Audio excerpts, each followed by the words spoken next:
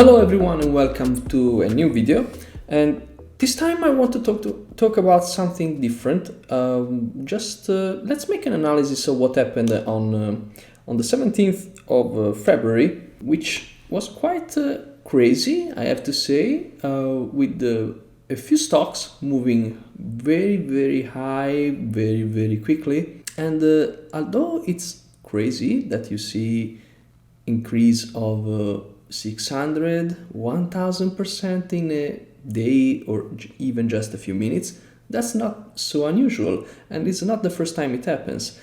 Actually, it's more likely to happen with many stocks when it happens with one. So let's see a few examples of what happened in the past. Just for a quick reminder, here we have SPI. This is one I remember. It was September, and on the 23rd of September 2020 we had this one that was it had news. I have to say, it had news, and it moved higher from about $3.30 to 46.67. That's over 1000%. It didn't hold the whole move, clearly, but it held quite a lot. Like, I would say till the early afternoon it was still trading higher. Then it fell off. Another one, also quite famous, I have to say, GLSI on December 9th 2020. One also had news, and it has also one similarity with those that we had on the 17th of February 2022. It was a recent IPO. You can see here it just appeared a few months before. Then it released very good news, if I remember correctly, like a 0% recurrence on breast cancer after their therapies. And it jumped higher already in pre-market, and then it skyrocketed from 12 to 158. That was an insane action, and very scary, I would say, to see, even though you may feel like, oh my god, that's so much action, I can make billions out of this. Actually, you don't. You can make very good money, but you have to really know what you're doing. And now let's go to those that moved on the 17th of February, and we're going to discuss them a bit. So what features these kind of stocks? I didn't even mention GME because that was an epic short squeeze, lasted more days, but short squeezes actually are not something new or that happened just for GME and the EMC. They used to happen before, and you saw the examples there, and they will continue to happen, especially on small caps like those we had in this occurrence. The first one to move in this case was ISPO, and it was similar to GLSI in the term that it was a, let's say, recent IPO. Not that recent, it's just 11th of February 2021, so almost 1 year, or even more than 1 year. It didn't have any news to account for the move on this day. It simply traded higher because of some technical levels, and it went very high on very low volume. You can see only 3,600 shares on this candle, which is it's not a small candle. It's from 19 to 29. So it is a $10 candle, and it basically opened way lower at the open at 9:30. But then something happened. It started to climb up again with some volume, not amazing, just very low for the open, but started to climb up again and again, and more volume increasing here, you can see. And then it almost failed at reaching the pre-market high, which was very high. I mean, the stock here was already probably holding at least once or even twice, one here, and it was getting more strength and more attention from traders that were, bored by the market action in general, that in this couple of months has not been very hot. So definitely it was something to watch, and many people were watching this.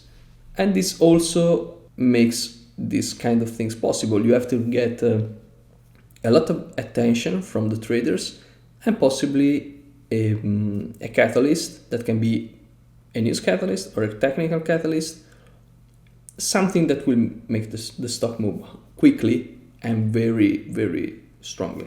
What are the features of this kind of moves? They are disruptive, they happen very quickly, often on low volume, and they are very hard to manage risk on. Really, really hard. So let's try to see if there is any setup that makes sense and that we can try to trade on these ones where we can manage risk on. The first one is the break of a pre-market high. Here you can see on this trade here, let's say here on ISPO, that the pre-market high was around 29.41, and it basically broke through by 2 pennies here, immediately came back, rejected a bit, but it never really made a new low, a lower low here. So it was still strong. This could be considered some kind of pullback. And then it broke, and once it broke, it went higher a bit, stopped here a bit in this area, went higher. It probably got into a halt, and here is something interesting, which is another possible setup. It opened here, so it opened lower. This is not good, but it immediately reclaimed and started going higher. So it made a new high. So the break of high of day, this is also another setup here, and we can see it moves a lot. Like here the risk is very, very high. I mean, you cannot trade this with let's say 20, 30, 40 cents of stop. It's basically impossible. Here you can see we're at 31.47 for the break, and the low of this candle is 29.55. I would say it doesn't make any sense to assume a smaller risk, a smaller stop than the size of this candle here. It can easily flash back here, tap for support, skyrocket again. Because at this point they are so extremely extended, and they move so quickly. The skipping dollars, half dollars, whole dollars, it gets very hard to predict what's going on in a very short term. And so you have to adjust your stops and risk, so sizing correctly. And you can see it went higher. Another halt here, another halt here, another one here. Then it made this new halt here and flushed down quite dramatically, almost retracing the whole move. But it didn't stop, it continued. And so we have another possible setup here, which is the breakout of a very strong pivot, let's say like this one. Strong because it's signed by a move higher, it found support. It's I wouldn't call it a very clean cup and handle maybe, but you can see here the cup, here this the handle. And once it really managed to break, like here, you can see that if you consider a decent stop, like the low of the previous candle, which is way lower, so your sizing should be adjusted to consider that this can really move a lot. But if you consider the stop here, you wouldn't have been stopped out. And it made another move higher, quite a lot. If for as big as the risk here, like the entry would be around 49.24. You can even say 50 maybe, just the whole dollar, which is good. But let's say even you want to stick with the 49.23. The actual risk you should consider here is basically $2.50, $3. It's still the first target at 57, so it's $7 above, which is good, and it actually went way higher, so it's fine. We can see it kept moving for basically for the whole day, reaching up to $108. Here it became very choppy, like it was flashing like $10. This candle happened in, or was this one? Yeah, maybe this one. This happened like in 2 seconds. So it's really not something that you can handle as an usual stock or just like you would with a normal small cap. They move fast, but not this fast. This is like extremely quick action, and it's very hard to manage actively what's going on. You have to like consider strengths and weaknesses, also depending on the position of the EMA, how the stock is moving, how big is the spread, how it's moving the spread. A lot of things that happen, and it's my suggestion is to watch them when they happen, figure out how they're moving, get used to them, to those kind of moves, and then only then maybe trying to trade them with the real money after you got quite a lot of experience. Another possible trade that you can have on this is a halt going down, opening flat, like this one, for example. This is possible. This is not a really good one, to be honest, but more often than not, when a stock goes up, holds up, then it holds down maybe at some point, and it opens flat, it's very bullish. So if you manage to get that bounce off the starting point, let's say, or even a top lower and then opening and then breaking the high of the opening price of the after the resumption price after the halt, that can be good, and you may get a decent risk to reward kind of trade, because the risk at that point is either the opening price or the low of the candle after the open, and it shouldn't be really that far from your entry compared to how high it can go from there. Let's talk about risk management on this and especially what you shouldn't do. First of all, don't chase them ever. Wait for a setup. At least wait for a setup that's strong, like those that I listed. Don't just follow them when they're moving, because when they reject the price, they will do it very, very hard. And if you chase them and you don't have sized properly, you can hurt yourself very, very hard and very quickly. Especially don't chase them out of the halts.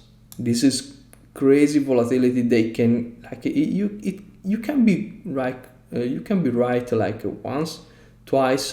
But when they go down like this, they do it so quickly. Like let's say it opens, it taps, it doesn't go any further. There is no buying power. It drops in a second. You're stuck into a halt going down. No one will ever buy this candle here.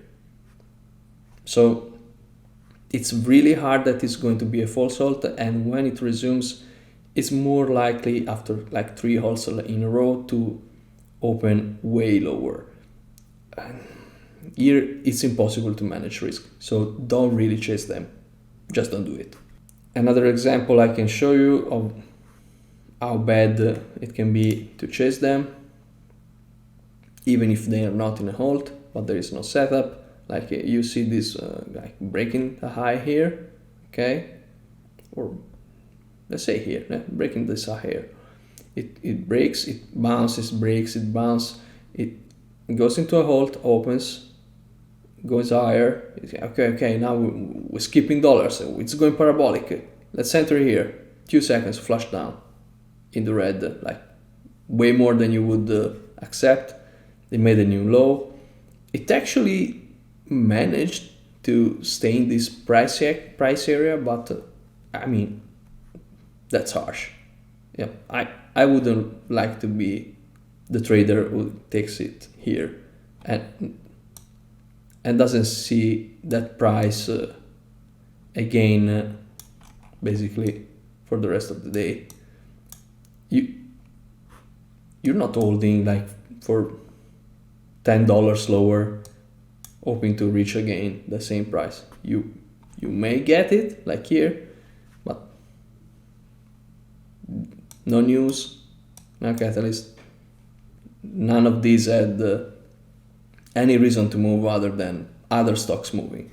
Once they fail, they usually keep fading, and you can see it on the daily as well. Same goes with the BRCC, another one that was moving on the same day. And you can see it here, ramping up. It was like the setup was here, break of this pivot, which was also the high of day. So very nice. It went higher, slowly and steady. When it broke, it had also quite a lot of volume, 200,000 shares of volume.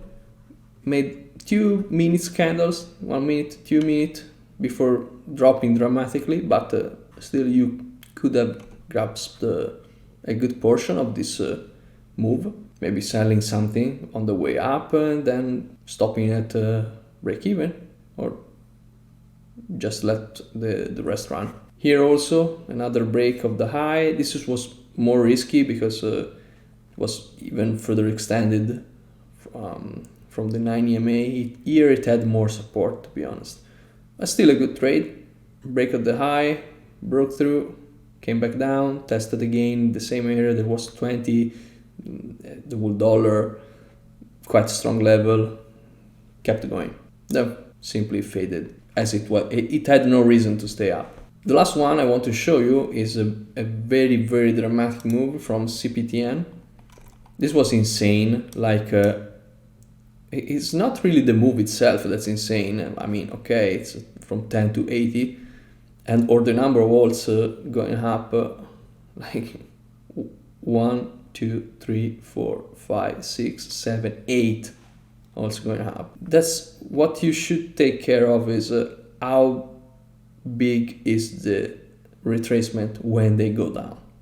You can consider roughly 50 to 60% of the whole move higher when they go down on the first hold after several holds going up. And that's very bad. There is no way you get out of this once they are halting. So really, don't buy it here. Never. Don't do it.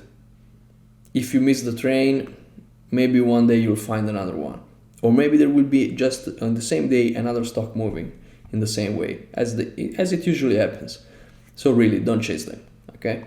So just to conclude this video about stocks moving very, very quickly, just make sure you know that's hard stuff to trade. Trade them mentally or with paper money until you're very sure that you know what you're doing and you're executing perfectly.